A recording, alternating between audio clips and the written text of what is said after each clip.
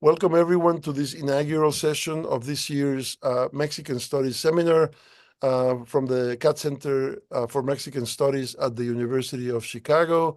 My name is Emilio Curí. I'm the center's director, and we are really very pleased to start this year's seminar welcoming back. She's been here with us a number of times, although this time virtually, to the University of Chicago, Estefanía Vela Barba. Estefanía is a lawyer, a researcher, and an activist. She's currently the executive director of Intersecta, which is a Mexican organization that does research, activism, and policy discussions towards, ending discrimination in Mexican society, particularly gender discrimination. And in relation with this, although also more broadly, she has been involved for some time now in a fascinating study that is kind of an inventory of militarization in Mexico. And it is in connection with that we have invited her here. As usual, for those of you who haven't been here before, she will present for 35 or 40 minutes, and then we'll have a little time for your questions and your comments. It's really wonderful to start with her. It's a new year, and sadly, as often it happens, we have a new year, but old questions and old problems and old challenges, and that is still the case here. So with that, I want to introduce Estefanía Vela. The topic of her presentation today is militarization in Mexico, old and new tendencies. Welcome, Estefanía. Thank you so much, and thank you for the invitation and for being here. Should I get started? Okay. It's a pleasure to be once again here with you discussing such an important issue, such a moving issue. It's like just preparing the presentation, probably something changed in the last week or so. So I'm gonna be try to be as accurate as possible as to what is happening with regards to militarization in Mexico. To do that, though, I want to present, as Emilio said, this thing called the National Inventory of Militarization, which is something that was created by 3 different organizations, including Intersecta, but México Unido contra la Delincuencia, and the Drug Policy Program as well. This is a research piece, I'll get into it in a few seconds, that we presented in April of this year. So I'm going to use that as a basis for my presentation, but just as a fact, between April of this year and this last month, there was a huge constitutional amendment that was approved regarding militarization, so that's not included, but I'll address it nonetheless.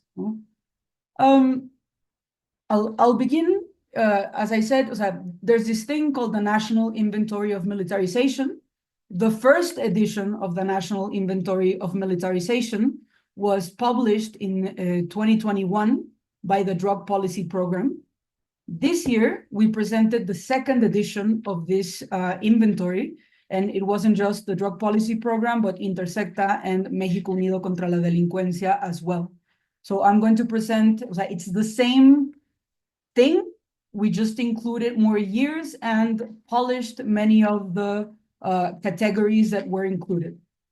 What does this include? The National Inventory of Militarization, and that's what we presented in April, includes 2 things. First of all, a database, and I'll get into it right now, but I think this is very important because it was a huge effort to make the resources that we use and that we found available for anybody that's interested in studying these processes. The second thing that we presented is the report of the National Inventory of Militarization, which is where we included what we thought were the most relevant tendencies that you could extract from the database. But considering that this is the University of Chicago, I think it's important for everybody to know that you can download the database yourselves. Let me just, for a second, by the way, this is my cat. She's gonna be around. Wait. This is the link It's attached to Mexico Unido's webpage, but it's where you can find all the different resources. You can find the report, it's in Spanish. You can find the executive summary, you can find the press release, and you can directly download the National Inventory database. I am happy to report, though, that we were able to translate for English speakers the executive summary. It's not that deep, it's not that big, but it's about 10 pages with some graphs where you can find the most important tendencies that we were able to extract. It's also available on the site that I just put in the chat. No? It's very important for us that more people know what is happening because a lot has been happening. Now, the report, I think, answers three main questions, which is how the inventory was created, what does the inventory reveal about militarization in Mexico, and finally, a section on why should militarization concern us. I'm going to go briefly through the database just to make sure that I'm clear as to what we mean or what it includes. The first that I think is important for me to clarify is what we mean by militarization when using the inventory. Militarization is a concept with a rich history. In the US, for example, the concept, as I'm aware, has been used a lot to explain, for example, the militarization of police, how the police is acquiring equipment, forms of organization, values, uniforms even that are more and more similar to the armed forces. For the purposes of the inventory, by militarization, we understand the transfer of either civilian functions or civilian resources to the armed forces. No, so it's not a database and a document that addresses these other forms of militarization, which is when civilian institutions acquire characteristics of the armed forces. It's rather when the armed forces acquire civilian functions and civilian resources. Now, the inventory is literally a list. It's an Excel document. Each row in the Excel document includes a series of documents. The Excel document is structured in two big tabs. The first tab is dedicated to general federal norms. What this includes is bills presented to the federal Congress, either bills to reform laws or bills to reform the Constitution. And it also includes executive decrees and orders. So, for example, presidential orders, presidential decrees, mostly they're signed by the executive power that approve the transfer of functions to the armed forces. So that's one big tab. It's, as we call them, general federal norms, because they all refer to the reform of federal general norms in this case. But the inventory also includes a series of individual agreements, which are basically contracts. In Spanish, the term mostly uses convenios. And these are individual agreements signed between the Defense Ministry, the Marine Ministry, and the National Guard with federal, state, and municipal institutions. So each row in the Excel, you will find one of those agreements that was signed between the armed forces and these institutions. I think it's important to say that both of these big categories of instruments have different temporalities. For the individual agreements, we include individual agreements that were signed between 2007 and 2022. The cutoff was 2022, basically because of the way we acquired these individual agreements, which was through requests to access public information. For those of you that don't know, this is a strenuous process in which, if you're lucky, it'll at least take a month, but sometimes it might take between 3-5 months, depending if you challenge whatever the authorities give you to acquire the information. We sent over 300 approximately petitions of access to public information to constitute the inventory of the National Inventory of Militarization. So for that reason, the individual agreements only span those years. With regards to general federal norms, our main source was the official journal of the Federation. And in this, the cutoff was August 2023, the last legislature for which we included in the inventory. So I just want to flag that the temporality is different for both types of norms. As I said, as we were writing this and publishing this, stuff kept happening, more things kept being included. So this is why I also find it important to say that both by design, there's a lot of things that are excluded from the inventory. No, just to flag some of the things that were excluded by issue.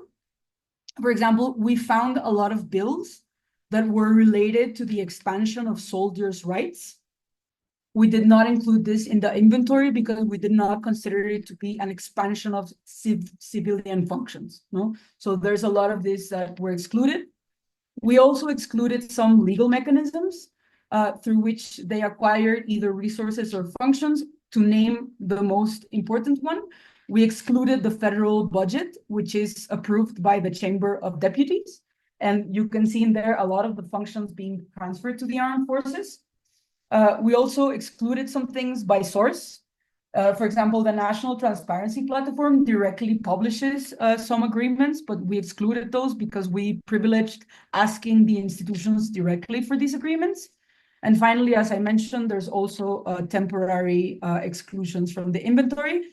And of course, the most important, given that we depend on, at least on the part of individual agreements, given that we depend on what authorities gave us, if authorities didn't give us the whole picture, we don't have the whole picture. So please, as I'm presenting, just bear in mind that there's a lot of things that are probably left out. No? Now, what are the main tendencies that we were able to find regarding the national inventory of militarization? I'll begin with the general norms.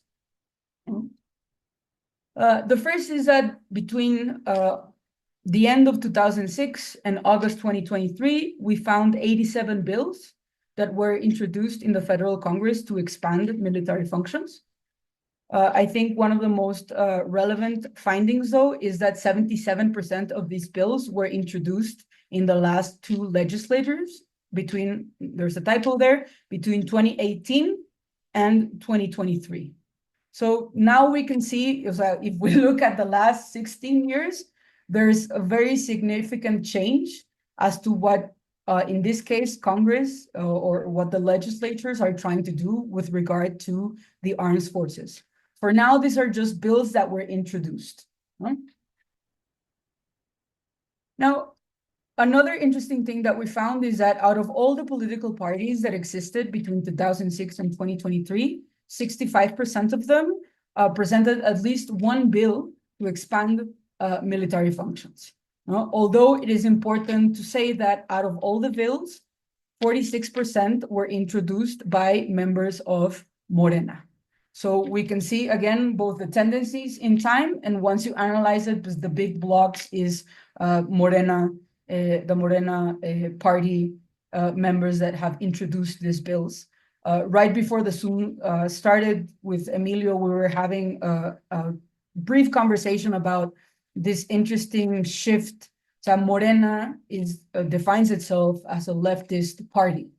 And what we are seeing more and more in Mexico is how the leftist party is, as you can see, trying to expand the powers of the armed forces. So there's an interesting link there as to how, from a discourse that is being articulated from the left, this becomes compatible with their own agenda. It's something interesting to explore.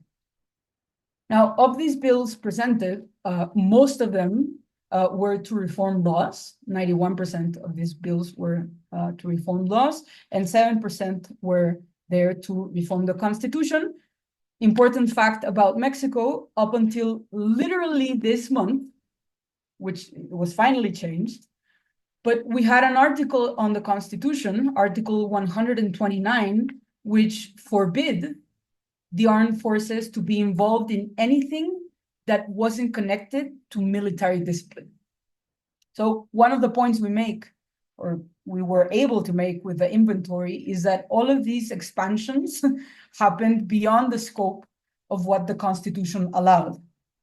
What we can see, though, is that in spite of the Constitution, many bills were introduced to expand their functions through laws. Now, most of these bills, and this is another interesting point, I'll get to that in a few, but most of the bills were related to public security. This is also one of the biggest issues that has been discussed in Mexico for the past 15, 16 years, whether the military should be performing public security functions or not.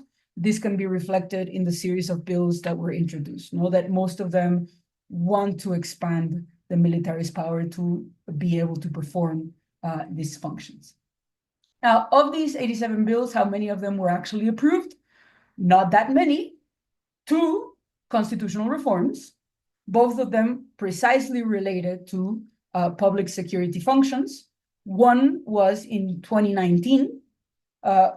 It was the huge constitutional reform where they disappeared the federal police and they substituted the federal police with the National Guard. The National Guard, per the constitutional reform, was supposed to be a civilian institution. But in this approved amendment, there were a series of transitory articles. For lawyers, for those of you that are not lawyers, generally transitory articles are at the end of the bill, and they are supposed to allow a transition between the current state of affairs to the desired state of affairs. So, for example, most of the bills generally give periods of time so authorities can scramble about and change whatever it is they have to change. In the constitutional amendment of the National Guard, in the transitory articles, 2 very important things happened. The first is that these transitory articles allowed the National Guard to be militarized. What do I mean by that?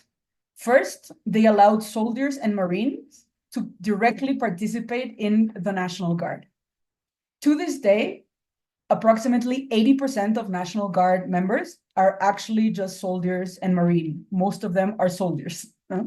So every time they bragged about how the National Guard was getting bigger and bigger, it was really just soldiers dressed as commissioned to the National Guard. That's the first thing that was allowed in transitory articles.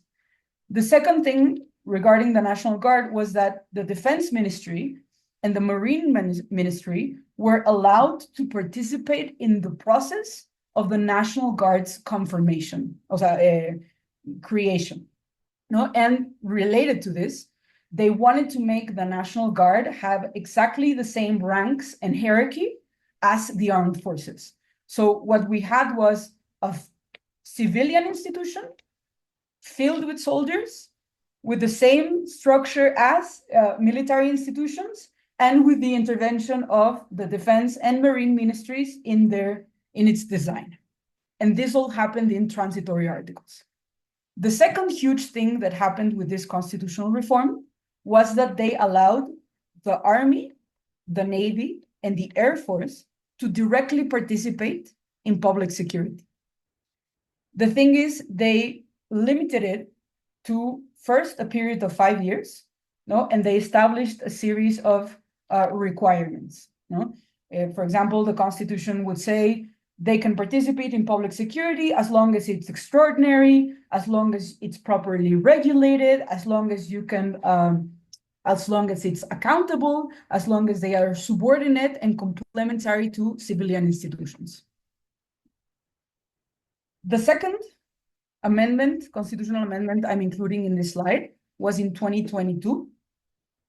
They expanded the number of years in which the armed forces could participate in public security. So in 2019, it was for a period of 5 years. And then in 2022, they expanded it to a period of 9 years. And again, this all happened in transitory articles. Now, beyond these constitutional reforms, there were also 12 other legislative reforms that were approved. What we find interesting is that all of these, with the exception of one, were approved in this last sexennium.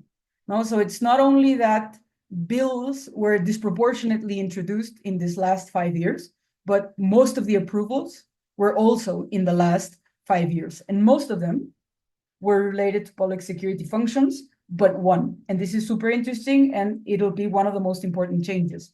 One of the laws that was approved transferred a bunch of civilian functions that were in the Communications and Transportation Ministry to the Marine Ministry.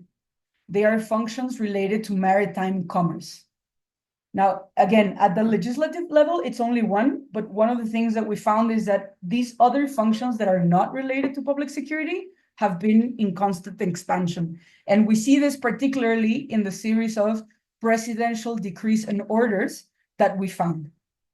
In total, we found 19 of these documents, of these decrees and orders, all of them published in the last 5 years. 2 of these documents are related to public security, but the rest of them are related to other civilian functions. Among them, what we find is 13 documents creating state companies under the control of the armed forces, which is what allowed them to start intervening in infrastructure projects like the Mayan train.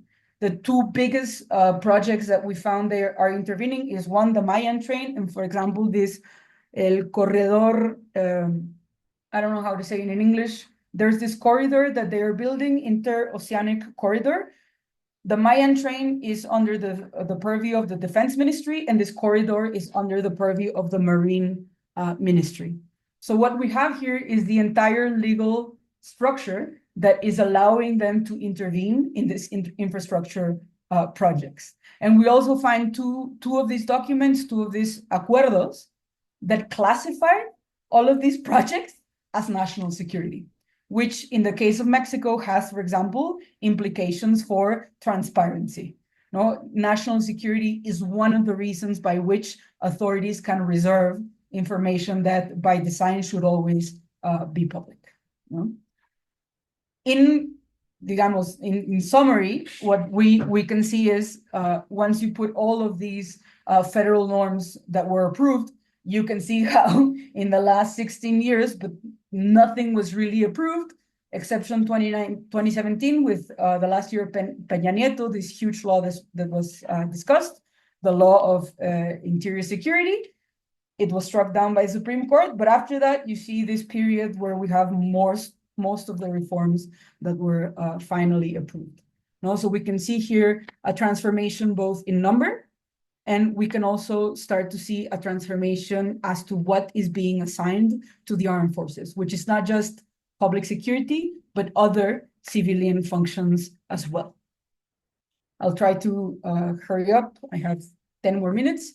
Now, regarding the individual agreements, I think it's important to say all ministries can sign agreements or contracts, no? And these agreements that we found are signed by the Defense Ministry and by the Marine Ministry. And the argument is basically that, well, they're just ministries, they're civilian ministries. What's wrong with them signing different contracts? 2 things to have in mind. The first question, or the first thing that I want to point out, is that in the case of Mexico, the Defense Ministry we asked through a request to access public information, we asked them, how many civilians do you have working in the Defense Ministry? And the response was 0. So it's important to bear in mind, and in the case of the Navy, 2% of all its personnel is civilian. The rest of them are militaries. By law, the Defense Ministry needs to be headed by a soldier, a general. And all the most important positions within the ministries also have to be occupied by generals. So I say this because in other countries, the defense ministries, both the people that head them, as well as the people on top, are generally civilians. Those types of transformations have not happened yet in Mexico. So that's one thing to bear in mind when thinking about these agreements. And the second thing to bear in mind, of course, is that, yes, ministries can sign agreements, The question is, what is the object of that agreement? No, and what we find precisely is that they're, through these agreements, signing away or receiving both resources and a series of civilian functions. Now, the first is, out of the 258 of these agreements that we found, most of them, the direct beneficiary is Sedena, the Defense Ministry, then the Marine Ministry, and practically nothing, the National Guard. No? So most of them, Sedena is the big beneficiary. Of the institutions with which they signed the agreements, about half of them are federal institutions and half of them are state institutions, and a minority are municipal institutions. No? But it's important to see both a lot of contracts signed with Sedena and other federal institutions and states as well. Now, one of the interesting things that we found is that most of these agreements transferred civil functions or were about the armed forces performing civil functions. Most of them included economic resources. So this is very interesting because in Mexico, it happens that a lot of institutions acquire new functions, but generally they don't come with a budget. But in the case of the armed forces, most of these do come with an increase in the budget. But what we also found is that they are receiving economic sources for their own functions. And mostly this has happened with the state. One huge example is the Sinaloa government paid Sedena 739 million pesos, approximately $50 million, so Sedena can build a battalion and military unit in the state. No, so if you think about public security and so you have state money, which should be going, for instance, to state police, but that state money is then going back to the armed forces, so the armed forces can build their own battalions in those states, for example. Not a lot of these agreements feature this arrangement, but we cannot ignore them as well, especially with everything that in this case has been happening with Sinaloa in the last few weeks, which is, I think, very paradigmatic or should force us to ask the questions as to what these investments are actually working for. Now, these are contracts, these are agreements.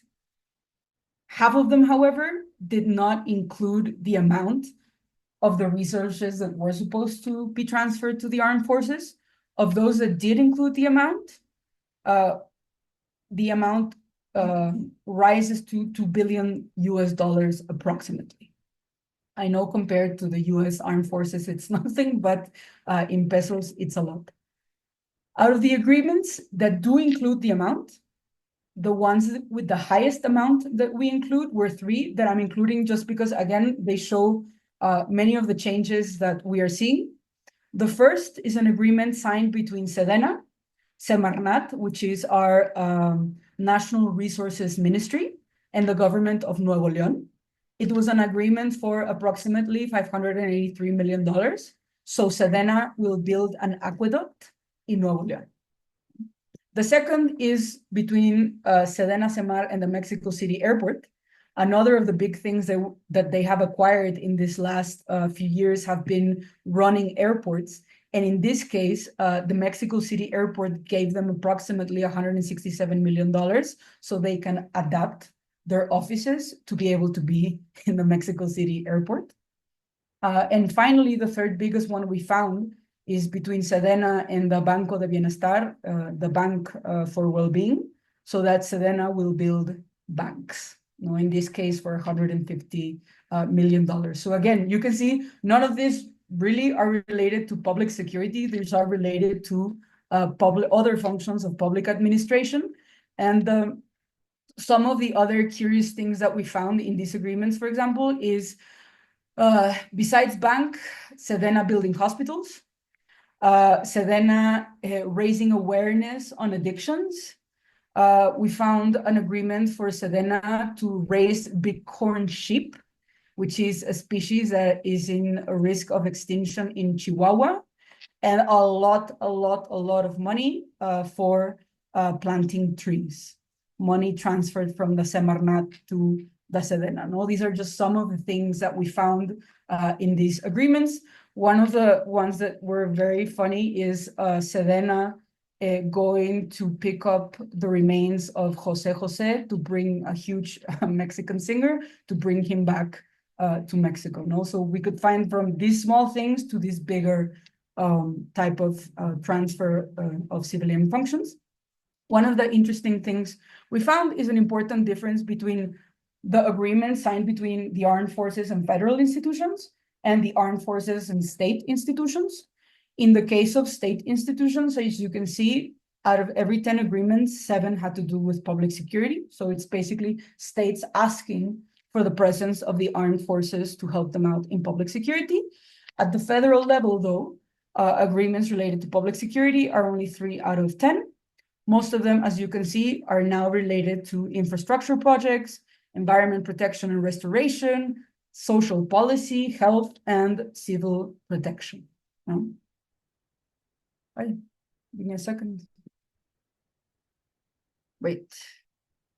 Hold on.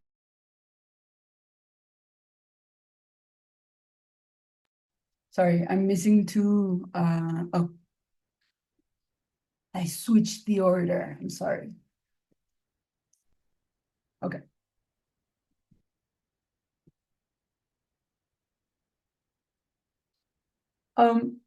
This is how the agreements span through time. As you can see, there's an increase of the agreements being signed, basically from 2009. The peak was 2019. No? But the second big change, and I have already been saying this, but is when you see the agreement signed between federal institutions and the armed forces, and you only look again at the federal level, you can see that the issue or the nature of the civilian function has radically changed. No? Out of basically every 10 agreements signed under the presidency of AMLO, 8 do not have to do with public security, but are related to these other type of functions. Some final notes about these agreements. What we found is that they have problems of form. Like I mentioned, half of them don't even explicitly stipulate the amount that is being transferred. Many of them don't have a clear ending date. We found, for example, some agreements related to public security where they literally end when there is, quote unquote, peace. Whatever it is that means, there's no specific indicators, there's no measures of success. Some of the other things that we found that are very interesting, for example, is that when Sedena or Semar signs an agreement with a state government, the money includes, for example, paying for the disabilities of soldiers if they are injured during combat. So although they are working for Sedena, they transfer the costs of soldiers' rights to the states as well. Now, in our view, this is our argument, but of course, this might change with the last constitutional amendment that I mentioned, is that these agreements to us have poor legal grounding. But finally, what happens is that by design, these are private agreements signed between the armed forces and institutions, so they don't happen in the middle of a public discussion. The bills, by their nature, have to be public. But all of this is happening, again, as with any contract signed through closed doors. You generally have to get them through petitions to access public information. This is very interesting because, again, most of the transfers are happening through these agreements rather than the big constitutional reforms or the big legislative reforms, and we generally don't hear about them until after they are signed. Now, finally, and I'll stop at this, the report includes one final section as to why we should be concerned about militarization. I'm just gonna summarize the 4 main arguments that we do. The first, and again, this with the new constitutional amendment has changed, but one of the arguments that we're making was that militarization, as it has happened in Mexico, was contrary to the Constitution. Precisely what they changed last September, however, was the Constitution, and they finally authorized Congress to issue laws to use the armed forces in public security. And as I mentioned, they finally changed Article 129, which included the most important ban for the armed forces to perform anything that is not related to military discipline. So that argument clearly needs to be revised. But it was important. It is still important for me to say that because all of this happened with the Constitution not allowing it to happen, and this should force us to discuss the value of the Constitution in our lives. Now, the second thing that we argue is that beyond what the Constitution allows or doesn't allow, the armed forces have a different regime than most civilian institutions. The most obvious example of this different regime is their military jurisdiction. They have their own military code, they have their own prosecutors, they have their own judges, they have their own prisons. And this is not only relevant, for instance, in the case in which the military or a soldier, for example, violates a person's human rights. It's also relevant for all of the duties they perform. So if you are a public servant in a civilian institution, you are under administrative law, subject to a series of requirements that are different for soldiers. This different regime hasn't really changed. So what we are seeing is that we are, again, giving them more functions, giving them more resources, but the responsibilities and the duties that they have not really changed. So a contradiction in a way is coming out of this, where you have infrastructure projects, but they get classified as national security and they are under the purview of military institutions with their own set of rules. Also, unless we radically change this different legal regime, it is a problem. Finally, we include both some of the evidence that we were able to find as to what has happened when the military performs certain duties. In Mexico, as I mentioned, they've been doing many of these duties for many years. In our view, for example, evidence does not support the idea that using the armed forces for public security reduces violence. On the contrary, there is evidence that shows that they contribute to the increase of violence. And there is also an important risk to human rights that hasn't decreased enough, although it has decreased. Their behavior does change through time, but in our view, not enough for us to be able to say that there are no longer any risks in using the armed forces. And finally, there's a very brief chapter on what we were able to find with comparative evidence. Mexico is not the only country that is using the armed forces in these ways. What can we learn from other countries? What we found was that generally there is, in our understanding, a negative relationship between the use of the armed forces and democratic consolidation and the protection of civil and political rights. This is a huge summary, but I just wanted to say that, again, in the report, you can find both the big tendencies as well as what we try to argue as to why this is concerning. One thing I didn't mention, though, is that the armed forces are hugely popular. They are one of the most trusted institutions by the Mexican public.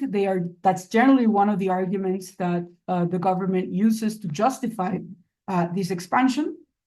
I think it's important to acknowledge this. And the question that we have been posed is, well, what's wrong with this? What's wrong? It used to be what's wrong with using soldiers for public security, but now it's what's wrong with using soldiers to build trains? What's wrong with using soldiers to administer airports? What's wrong with using soldiers to plant trees? It's an interesting and important question that we must answer, and we tried to include the most recent evidence that we could find. So I'll leave it at that. Thank you. Wonderful. Thank you so much. That is remarkably useful, and thanks for the link too, so people can go and look at the data more closely. We have some time now for questions and comments. If you'd like to ask a question or make a comment, if you would raise your hand on the Zoom app, I will call on you. While people decide to do that, I'll start with the first question, maybe following up on that last comment you made. I mean,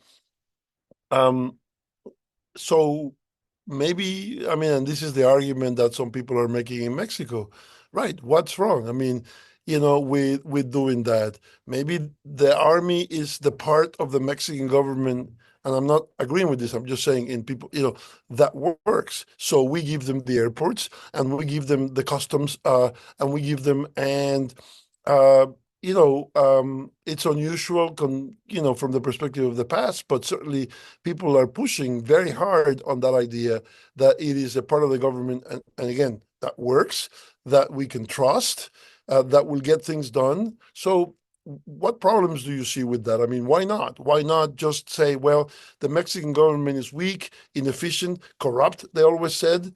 And of course, presumably, or at least allegedly, this is not the case so much with the military, big question mark there. But what's wrong with that? I mean, why not say, well, that's how we're building a government in Mexico going forward. We have an institution that we can trust and that can do things, and we give them more and more and more to do. I mean, as they say, what could go wrong? Should I answer now or should I Yes, wait please, for? go ahead. Okay. So we have found there's three ideas I want to leave. The first has to do with this fact that they have a different legal regime. And one of the things that is very obvious, but at the same time, I think we need to work through the consequences of this, is that these differences include, for example, a difference with regards to labor rights. Legally, soldiers do not have a labor relationship with the defense and the marine ministries. They are not, by definition, workers. They have an administrative relationship. And one of the explanations that I have found for this difference, of course, has to do with the discipline regime. Now, what does discipline entail? I know that we all know this, but let's put the name on it. Discipline includes being able to use force so soldiers will obey commands. This logic in any workplace would constitute violence. Again, it's very obvious what I'm saying, but we need to put a name on it. So whenever they, for example, praise the army for their efficiency, my question is, what are we praising? If Walmart or any of the big companies did this to workers, right, we would rightfully call it the human right abuse.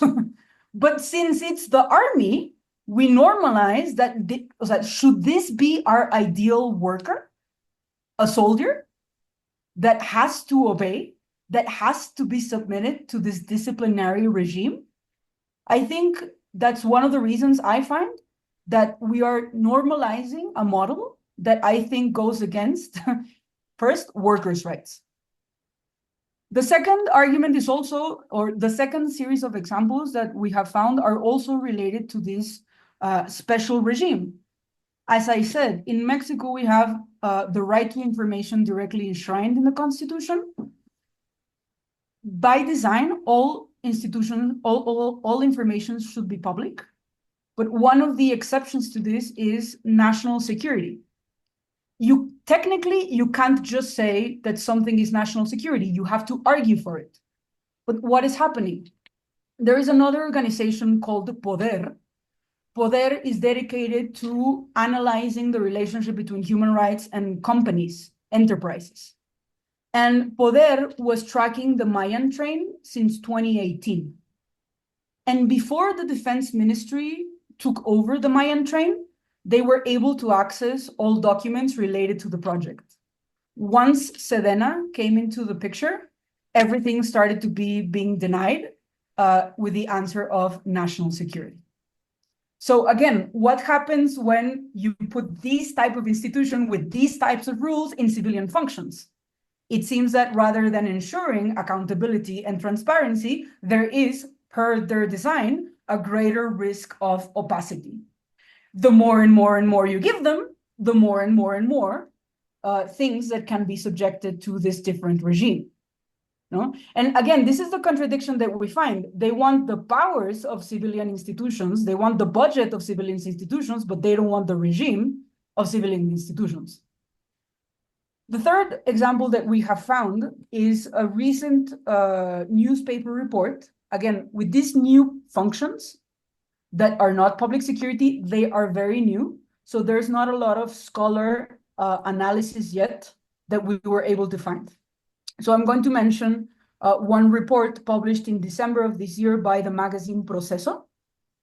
It delved into the workers, civilian workers, contracted by the army around the Mayan train. These are mostly workers coming from, for example, indigenous workers, workers that come from poor, marginalized communities that went into the Mayan train with the promise of better economic opportunities. What did the report find? The crappiest labor practices that you can imagine. They didn't have signed contracts, a lot of payment in cash that they would then declare different amounts, huge, long working hours under the sun, precarious living conditions in many occasions, of course, sexual harassment, disproportionately against women.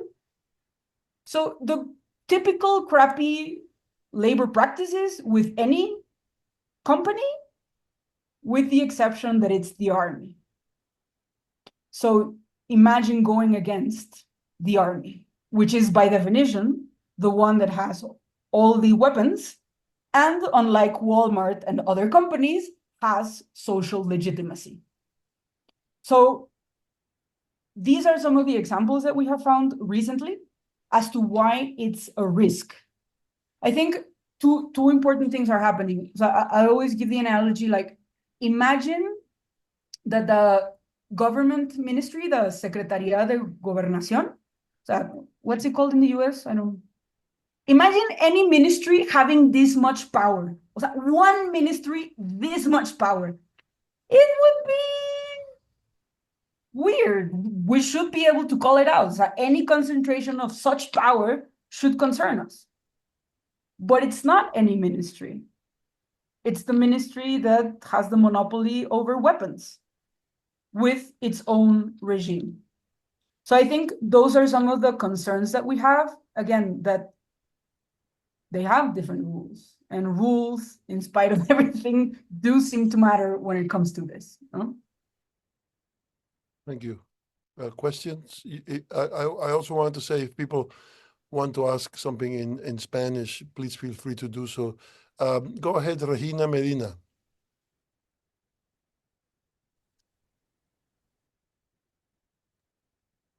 Hi, everyone. Hi, Estefanía. It's a delight to hear you, as always. My question is, I'm aware that the Mexican public has not penalized the army as it does with other entities like politicians or bureaucrats, right? There's like a free pass, as you mentioned, for violating workers' rights and human rights. But I've noticed that this happens also in the international scene.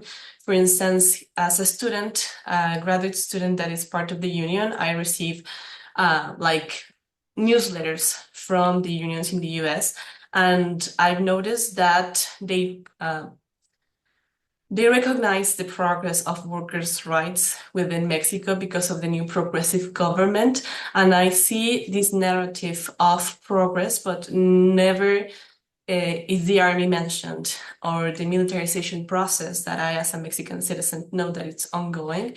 And it seems to me that the progressive view of the international scene also looks the other way for this loophole of violation of human rights and workers' rights. So why do you think it also happens? I mean, like, maybe this is out of scope of what you've been doing, but why do you think that both people within Mexico and outside of Mexico have like give it a blank check for the Mexican army? Mm-hmm. Go ahead. My intuition, and again, it's an intuition, is that some of the reasons as to why in other countries, there's not a lot of attention being paid to this process, are different as to why people in Mexico are not alarmed. I think that given that this is a university and it's a place of study, so some of the questions that I find interesting is that there's a huge public approval of the armed forces. Some studies have been made in Mexico, for example, that show that most people do not have direct interaction with the armed forces. So the approval is not so mediated by a direct contact, but rather the image of the armed forces. And I think this is where the difference, for example, between armed forces and police come into account. The armed forces are tied into a narrative of the nation. No, and we saw this in September 16, the parade around independence. No, there's this love of the armed forces that is being inspired in us since we are little. And at the same time, the police is, let me show you one of the things that we have found. I'm not saying this is the explanation, but it's one of the relevant differences that we have found. This is the number of people detained in Mexico in only 1 year. No, if 2022 is taken as a reference, 1.6 million people were detained by different security forces, but of these 1.6 million people detained, only 0.07% were detained by the armed forces.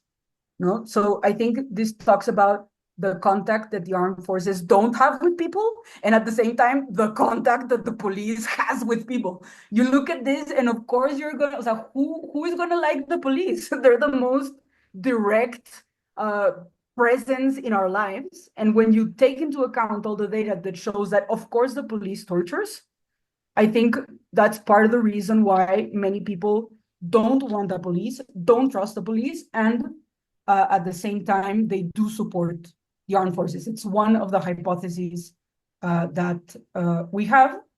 As to the new changes, I think it's interesting. It's not obvious, like, what is the problem with soldiers building the Mayan train? They are approximately 400,000 soldiers or more. People are like, use them for something useful.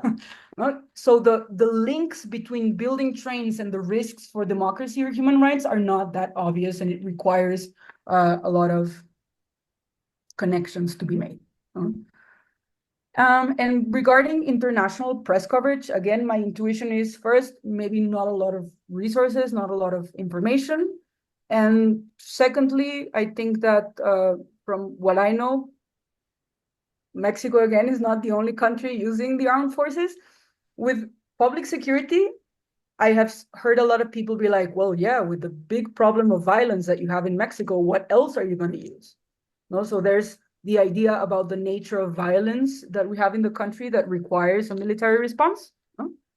About these new functions, I don't know, but I'll leave it at that for now. Okay, I think we have time for one last question. I think Mauricio Tenorio had a question. Is that right? Mauricio? Okay. Yeah. Yes. Thank you very much for the talk. Two simple questions to a lawyer, very interesting and very concerned as you. What you're telling us is a massive transfer of funds, jumping all the check and balance of budget. So you approve a budget according to this and that, this money is going to go to this ministry, money is going to go to ministry. But then there is a second redistribution by transferring massively from different ministers to the so the first question for a lawyer is there any way to make accountable those transfers? That is, what will be the legal way to make this kind of transfer that are obviously happen accountable, A, to a purpose that is, okay, we're going to transfer, but you have to do this, not such thing, or that I gave you this money, Minister of Agriculture, but you cannot transfer it to anyone. And the second legal question is, I walk Mexico City everywhere, and I saw that the two buildings of the Air Forces had been destroyed. and they are massively constructing a new building, a huge new building. According to the hole they have digged, it must be a huge, enormous building. Why are accountable? Who pay for that? Why the need of such a new building? No questions asked. My concern is not only the obvious corruption and unaccountability that this is bringing. My concern is now with the new laws is that we are concerned that now the army is allowed to do this. Now the army is allowed to do this. But I am legally asking you, is this allowing the army to do that going to become the right of the army to do that? And so that in the future, it's not about, the army cannot do that. The army can say, it's my right constitutionally to do it. And then we are stuck. Is there any way legally to be prepared for that? Adelante. They are super important questions for which I don't have fully formed answers, but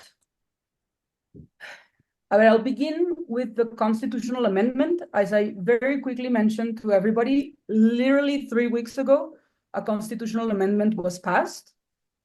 And this is on the right, the new Article 129.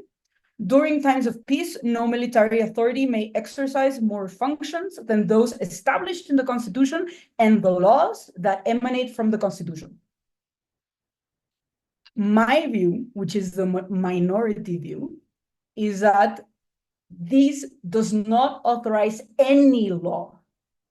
This needs to be read together with a reform to Article 73 that grant Congress the power to issue laws that regulate and establish requisites and limits for the participation of the Army, Navy, and Air Force in matters of interior security and public security. But I am in the minority view, and I think that history is not on my side.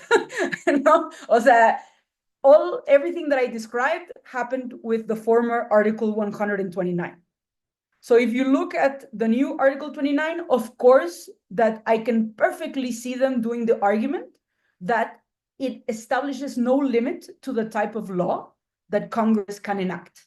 And it would be up to us to challenge it, of course, before who, given the new judiciary reform that was approved. No? And this is one of the things that we want to connect, or we're trying to connect at Intersecta too, that we need to see this armed forces amendment together with the judiciary constitutional reform. There is another constitutional amendment, for example, to disappear the National Transparency Authority. And there is another amendment to expand the government's capacity to imprison people through automatic pretrial detention. Anyway, so my optimistic view with the Constitution is that it does give us some footing, but historically, that interpretation is not in our favor. And what we're going to see is constitutional grounding for these powers. Finally, about the budget, I want to say that we are exploring, the inventory was our first step, and there's a lot of threads that we are only now exploring. And one of the most important threads is, how do we hold all of this accountable, including the budget part? What we do know, and let me finally, give me 1 second. Wait, this is the federal budget exercised, effectively spent by Sedena and Semar that appears in the federal budget database. This does not include the transfers made by the other institutions, as you said, because those transfers appear as money exercised by the other institutions. So this is even bigger than what you can already see. And I just wanted to show this because, again, this is another indicator of what is happening is new. So we have from 1993 to now, never have they exercised more budget. Now, this is interesting because if you look, o sea, there's this international index of military spending. If we compare military spending between Mexico and the US or many other countries, well, nobody compares to the US, many other countries in Latin America, it doesn't seem to be expanding so much. But when you look at this graph that shows, again, the amount of money exercised, you can see the increase. Two things we have found. One, those agreements are not included here, so we need to go into the fine details of how money is reported. And the second thing is the money approved by the Chamber of Deputies is different than the money exercised. In the last years, the money exercised for the armed forces, o sea, spent, is always higher than the one approved. But according to the law, you don't need to ask for the approval of Congress after January. You only need to notify Congress if you have more than 5% increase.